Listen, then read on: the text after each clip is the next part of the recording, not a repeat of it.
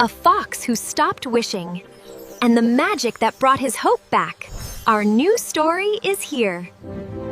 In the forest of Wisherland, the light never stops glowing, and neither does hope.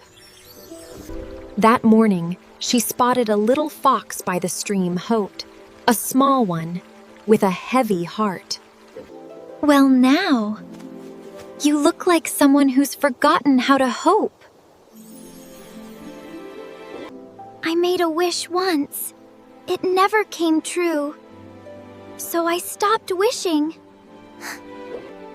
Your wish didn't disappear. Shall we make a new one bad, together? Wishes are like seeds. They just need patience, a little light, and someone who believes. And just like that, the forest lit up as another wish began to grow. Because in Wisherland,